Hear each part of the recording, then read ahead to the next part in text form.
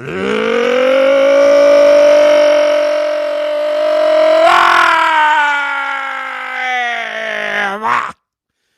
a sunny but cold. The cold is back again. Oh, terrible Thursday morning in Northeast Ohio. At least it's sunny. It's the Bull and Fox with you right here in the bullpen, brought to you by Bet Rivers, as always. And let me remind you, folks, that we've got a great deal continuing right now. The Cavs are battling for home court in the East. Didn't help themselves yesterday.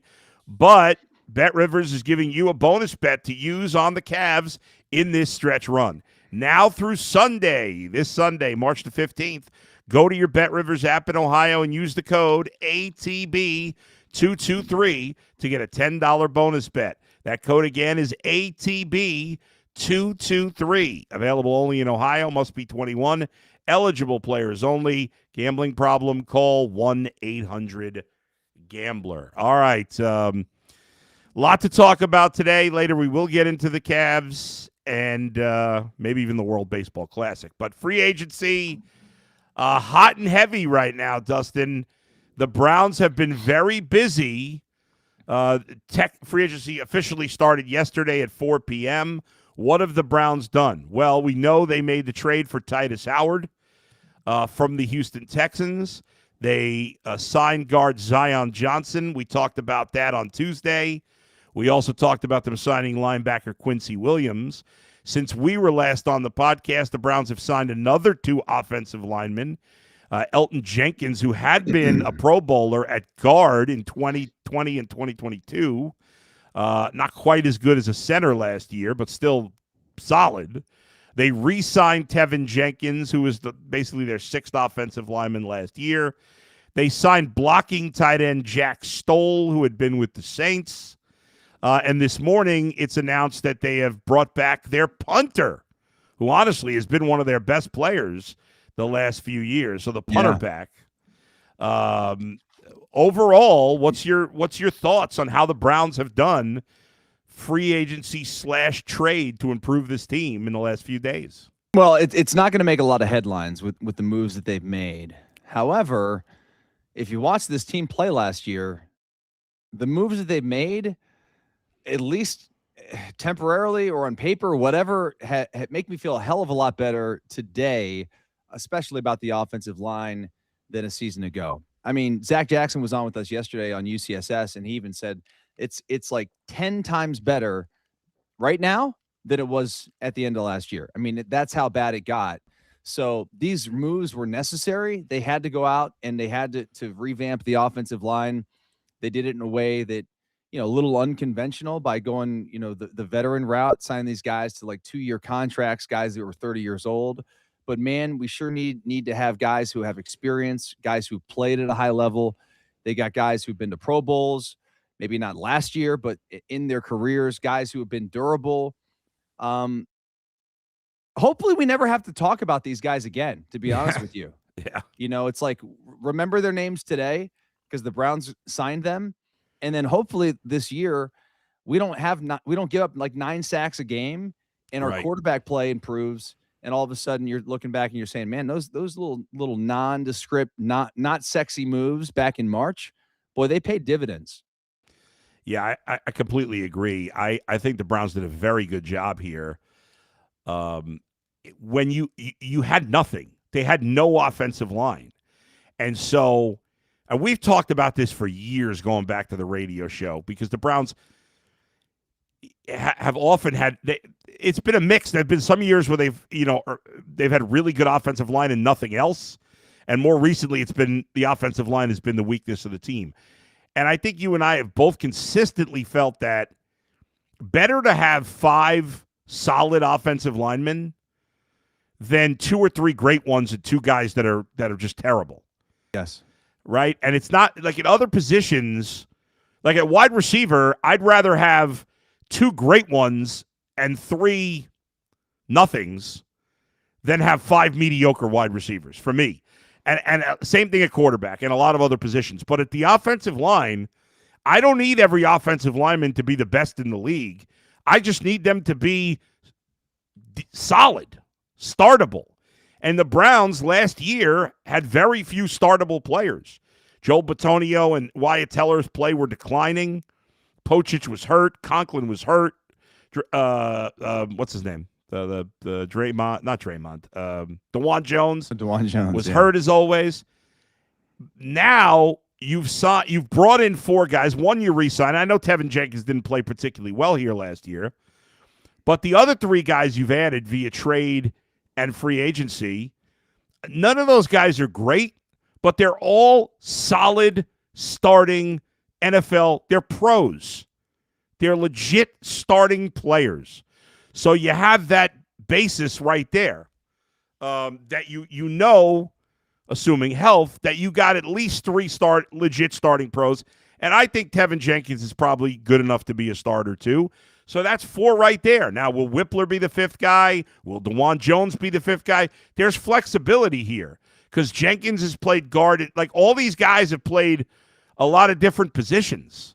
So it puts them in a spot to just, start the 5 best guys and figure out the positions. And I think one of the questions now out of this is, does this change their plan at all in the draft? I know a lot of people thought they would take a wide, we were debating wide receiver or offensive line. For what it's worth, now you needed more offensive linemen than wide receivers, but they have added 4 offensive linemen. They have added no wide receivers. Is that just, well, that's what's available, they needed more? Or do you think it's also an indication that they are more likely now to take a wide receiver at 6? I mean, my gut tells me they're more likely to take a wide receiver at 6 now, based off of these moves that they've made. Yeah. I mean, for sure, first round. I mean, they could flip flop. They still need a tackle. Yeah. I think so. Yeah. Zach sort of talked me off it a little bit yesterday, which made me hesitate when you asked me this question, is because Zach does think it's harder to find a legit left tackle later in the draft. So that's why maybe it's 6. That's where they go. Who knows? Maybe they trade down. We know how this team works. Yeah, that's true. But they're taking a receiver high, and they're going to draft a tackle high. Yeah. Like could be maybe not the first pick, maybe not the 24th, but certainly in the first 3 rounds, they're going to be taking another offensive lineman without question. Yeah, I don't think there's any doubt about it. Because as you said, they're kind of patching it together, and these are all short-term options. You still need some team building. You're not going to have any consistency in terms of winning if you're constantly patchworking an offensive line. You've got to have some guys that are long-term options. I would be very surprised. I don't think this necessarily changes the plan at 6. I could still see them taking a tackle at 6. I've always liked the idea of them taking a wide receiver at 6, but we'll see. But I still think that with the first 3 picks in the draft, 6, 24, and where are they picking? 38 is probably there, something like that. 37, 38, 39. I can't remember off the top of my head with their early second-round pick. I would be shocked if at least 2 of those first 3 picks were not a wide receiver and an offensive lineman. And again, an offensive lineman, even though they've added all these offensive linemen. I didn't think it was possible to turn around an entire offensive line in 1 year, but maybe they're going to do that. Well, we don't know that they did. No, that's fair. I've said it a million times, and you're right. This was their best effort on paper. On paper. Yeah, I mean, you got to do it on the field. Yes. Let's be 1,000% transparent here. Yeah. The Deshaun Watson move totally fucked up the plan, because the team was ready to win. Like right. Yes. when they went all in for Watson and they gave up all the picks and they paid the guy $1 zillion, like the team was ready to win then. That's why they got rid of Mayfield. They were like, okay, this is our window. Like we're a playoff team. Right. We just need to be a little bit better at quarterback to get us over that hump. And then they thought Watson was the guy. Right. Obviously didn't pan out. Right. Okay, so we wasted those 3 years. Yes. So now you're back into a really tough spot. It's almost kind of like a purgatory, because you're kind of in between. Because they do have good players who are veterans. The defense was outstanding last year. Myles Garrett is the best player in football on the defensive side.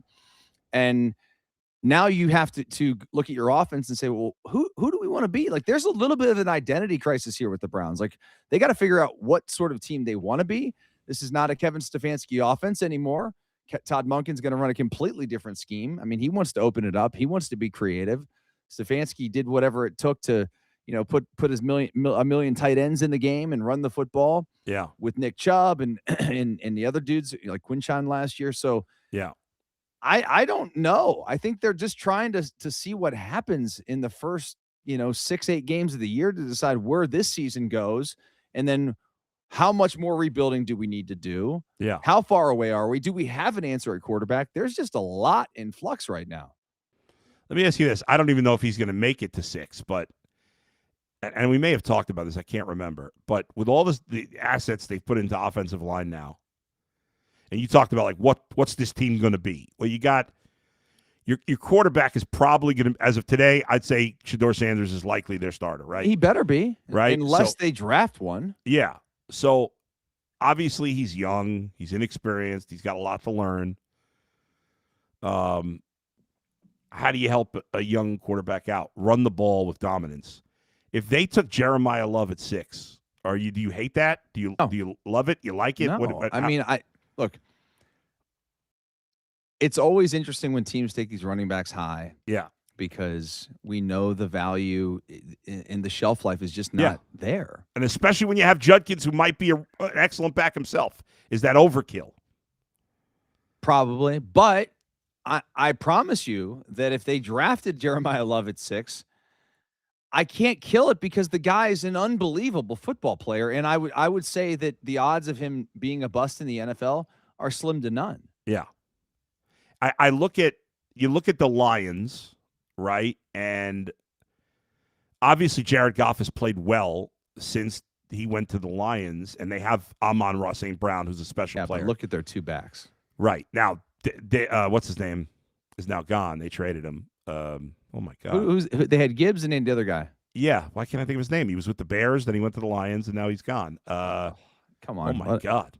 Somebody in our chat is going to mention this. Please help us out. Oh, David Montgomery. Thank you. I came up with it on my own. Thank you. Finally. But for 3 years, that was an incredible backfield. Incredible. And the Browns could have something very similar because it appears like Judkins is really good. And it appears that Jeremiah Love is the next special running back. Again, I'd be surprised in the end if they did it. But, man, if you had those two guys with a revamped O-line, we'd find out for sure how good Shedeur Sanders is. Now, they still need to address wide receiver, but they could. There's no reason they couldn't draft Jeremiah Love at 6, draft a wide receiver at 24, and draft a tackle at 38. And that would be fascinating. I doubt they do it. I'll be very surprised if they go anywhere but tackle or wide receiver at 6, or, if they trade down. I think there's a very good chance the Browns are going to trade down. I think they want to. Now, the only thing I would say that might stop that is, well, is there somebody that's going to want to trade up? But I still think, I don't know that they would trade with Cincinnati. I still think that's a possibility. I think Dallas is a possibility. Those are two teams that need defense. The Bengals have added 2 players in free agency on defense, but not enough. They need like 5-6 new guys, quality guys on defense. So they might be desperate, and who knows what they would offer the Browns. And everybody loves the 2027 draft. So I think it's going to be interesting to see what happens. But there's a lot of possibilities now that you've, again, at least on paper, addressed your most pressing need besides quarterback by addressing the offensive line. So, again, it's on paper for whatever it's worth, Dustin.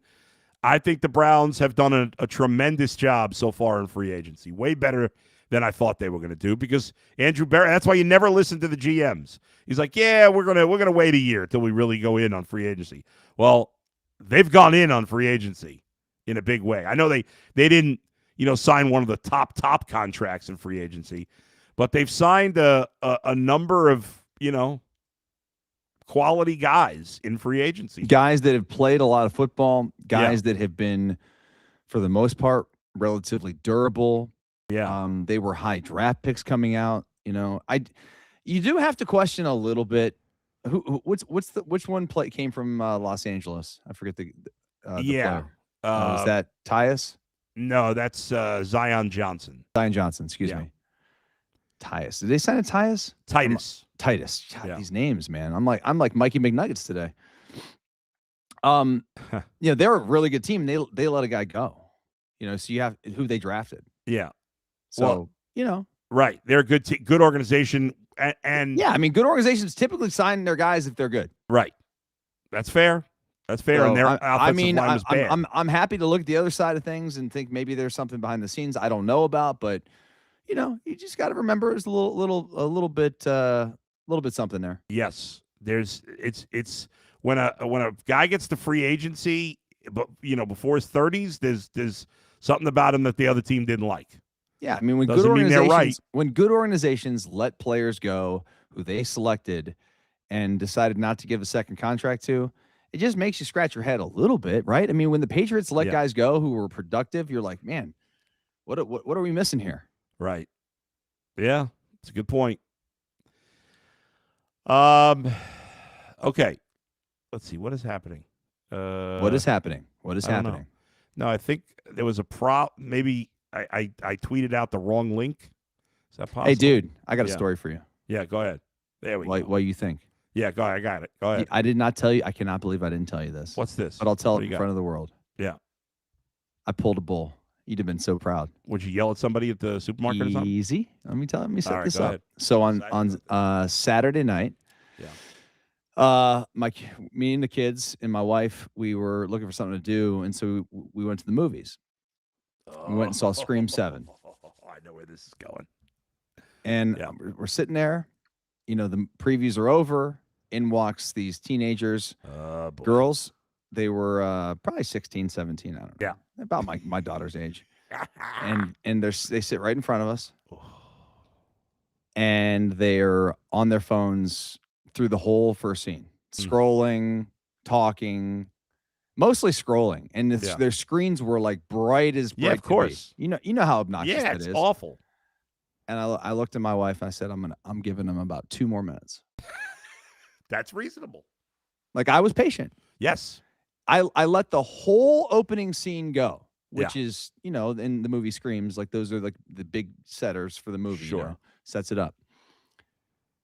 And I actually didn't even get to enjoy the first scene because their phones were, I mean, she was like DMing like boys and scrolling and like typing. I'm like, I thought one was like a naked picture of a guy. And I look, dude. So I get down. Oh. Right as the scene ended, and there's playing some music between the next scene, and I like kind of boldly go, "You guys going to be on your phones the whole night?" They jumped. They were startled. My kids were so embarrassed. Oh yeah, I was about to say your daughter especially. Oh, they Dad, no, Dad. And I was like, I felt like you. All right, here's a couple of questions. First of all, you would never have done that before meeting me. Zero. Now, did they stop doing it? I didn't see a screen until the credits rolled. Well done, my friend. Well, I feel like, I've passed on this great tool to you. I'm very proud. You empowered me. Yeah, I feel very proud at this moment. I'm very emotional about this. You have single-handedly made a difference in my life to the point where I don't look for confrontation. Right. But I'd rather just be up front and not have to sit there and be miserable and and not enjoy the experience. Dude, you know how expensive it is to go to these movies? It's crazy. It probably costs us almost $200. Yeah, between the popcorn and the sodas and the candy and all that crap. The tickets themselves were like $80. It's right. No, I think they were like $100. Yeah, it's nuts. So, yes, don't ruin. You would have been just pissed the whole time. I know. Because you were pissed, it ruined the first scene for you because you were pissed. But that's reasonable, and I do that too. I give them a couple of minutes to, okay, the movie started now. Get your shit together. But that's completely unacceptable. They have bad parents, those kids. And I also felt like after it was over, I'm like, I was kind of proud of myself because I wasn't an asshole. Like I wasn't. No, you don't need to be. I didn't say anything like mean. Yeah. I didn't mother bleep them or anything Yeah, like right, that. sure. I just, you guys going to be on your phones the whole night? Message sent, message received. Yeah, and That's it. And it was it. It was over. But my kids saw that, Yeah. and so they saw how I responded. So number one, hopefully my son gets, takes a little bit of that assertiveness through his life, Right. and also my kids know, don't do that shit. Right. It's not appropriate. It's rude. When they're there with their friends, they'll know, hey, I remember my dad giving somebody shit about it. We shouldn't do it. They'll never forget their dad saying that, ever. What did your daughter say to you after the movie? Nothing. I mean, they were cool. Like it was just in the in that moment they were a little embarrassed because you know how it is to be a kid. I know. And I get it, and I sort of felt bad about that. But anyway, I totally forgot to tell you that. It had to be done. I'm very impressed. Thank you. That was great. That was great. Well done. Well done. Thank you. All right, we can move back to sports. Sorry. Yeah, let's get to some comments from the fans here. Okay. We've got the Bull and Fox emojis from Sammy Hill. Z says the Browns still need more offensive line. Yeah, they're still going to draft at least one. Dog Chomps. They have no interest in throwing the ball this year. Develop Sanders and see what you have. Take Dows to piss Bull off, then Lyman with a wide receiver in the third. Oh, take Downs. He meant to say Downs. To piss Caleb me off. Downs. Yeah, I don't know that the Bengals are going to draft him because they signed a safety who's in free agency. I don't know that they would draft him now, but I do still want him. Sammy says USA backed into the World Baseball Classic quarterfinals and are still favored. Does the fallout from the coaching blunders doom them, or do they use it as fuel? I don't. Have you been following it? Yeah. So do you know what happened here? No, dude. I can tell you anything you want to know at Indian Wells, though. Okay. Yeah, well, that's true. So in the World Baseball Classic, in the first round, going into the last game for Team USA in the first round, they were playing Italy. Now, a lot of the Italian players are Americans who are of Italian heritage. But the manager of Team USA, Mark DeRosa, he thought they had already clinched. So there's 4 groups of 5 teams. And if you finish in the top 2 in your group, you make it to the quarterfinals. He thought they had already clinched going into that last game, but they had not. And so he played some of their backups, but people got worked up about that, which is stupid because their backups are excellent players too. True. I had no problem with that. It was just that he didn't realize that they hadn't clinched. So they lost to Team Italy. So yesterday, Italy played Mexico, and the U.S. was likely to get to the finals, but there was I think Mexico, if Italy had lost and scored less than 4 runs, Team USA would have been eliminated. Now, Italy won, so it doesn't matter, and Mexico got eliminated instead. But DeRosa looked stupid because he didn't know the rules. Right. But Team USA is still probably the best team, and they'll and that's why they're favored still. But they're far from a sure thing to win it. They're going to play Canada in the quarterfinals. Remember, it's baseball. It's not like basketball where the better team in these situations is going to win, 99% of the time. At baseball, it's more like 75%. So you get one day where you don't pitch well or guys just don't hit. It just happens. So I'd expect Team USA to beat Canada. But, the other teams in the quarterfinals, Puerto Rico, the Dominican, Japan, and South Korea, those are all really good teams. I think, who are the other 2 teams? Venezuela and Italy. So, anybody could win it. Italy, even though they beat the U.S., it would be a surprise if they won. But I don't know. They got a lot of major league players. Vinny Pasquantino had 3 home runs for them yesterday. Oh, Vinny Pasquantini? Dude, he's one of the better players on the Royals. Come on. Never heard of him. Oh, my God. Let's see. When am I watching the Royals play? Outside of maybe a Guardians game here. They play the Guardians a lot. Sure. Yeah. Sammy Hill, the inside of the theater is supposed to be a place where you can shut off the outside world and forget about reality for a few hours. There's nothing worse than poor behavior in the movies. That is correct. Yeah. You ever heard of Andrei Rublev? He's a tennis player. You know that name? It sounds familiar. I couldn't tell you a thing about him. Okay. About Jack Draper? No clue. Okay. Oh, Jack Draper. Isn't he from Mad Men? No, he's a tennis player. Beat Djokovic last night. Good for him. That's a big upset, no? He's a top 10 player. Oh, okay. Yeah, I'm not. He won this tournament last year. Okay, good for him.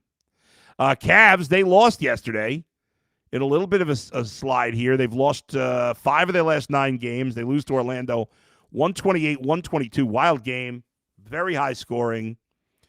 Cavs defense. I fell was asleep watching it, dude. I was so exhausted last night. Third quarter, I was watching. You were out.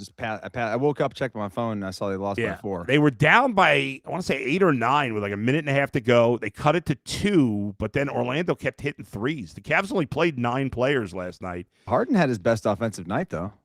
Yeah, he had 30, 11 of 16 from the field, 5 of 9 from 3, 30 points, 5 boards, 8 assists.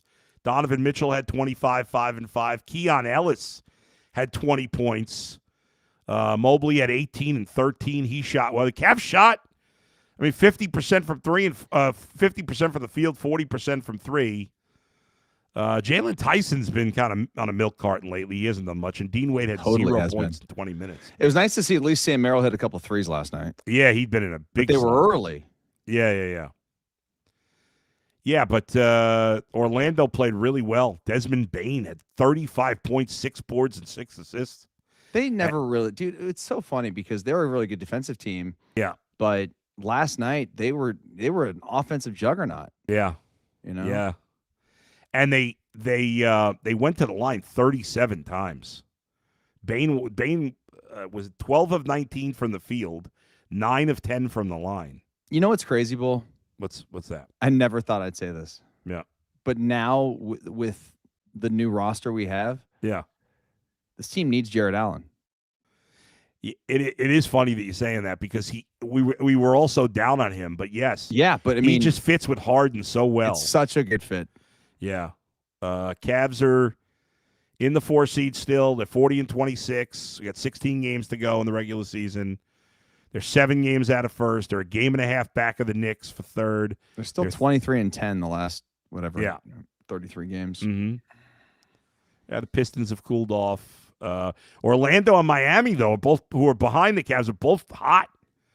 Miami's won 6 in a row, and Orlando's won 5 in a row. Speaking of Miami, give me your 10 seconds on Adebayo. Sham or no sham? No, it's not a sham. Why do you think it's a sham? Well, to get to 83 to pass Kobe. I did not see the end of the game, to be completely honest. Well, it was a blowout. They kept him in the game. Kept him in, and he had 36 free throws. Yeah. I mean, guys didn't just let him score, did they? No. I don't know. I got no problem with it. I don't know what, he's still got to score the points. He's still got to make I said this too. I mean, the guy still made like 30 shots. Yeah. Or whatever it was. Yeah. I mean, it's not like he's shooting a million threes, right? I think he only had like 3 or 4. Right. So, I mean, to score that many points without shooting too many threes, I don't know why people are killing him for that. 36 free throws. I didn't realize it was that many. That is crazy. It's a lot. Yep. All right. Thanks, everybody, for joining us today. Thanks for watching and listening. We will be back. Dustin and I will be on Monday instead of Tuesday next week. So I'll have Zach Jackson on the podcast tomorrow. Monday, Dustin and I will be live at 9 a.m. We'll do Q&A on Tuesday, and then you're off to surgery. For surgery, so that'll be that for a couple of weeks. Everybody have a great day. Again, thank you for joining us. Thanks to Levi and Alex for producing. We'll talk to you next time. Where else but right here in the bullpen with Bull and Fox, brought to you by Bet Rivers. See you, everybody. See ya.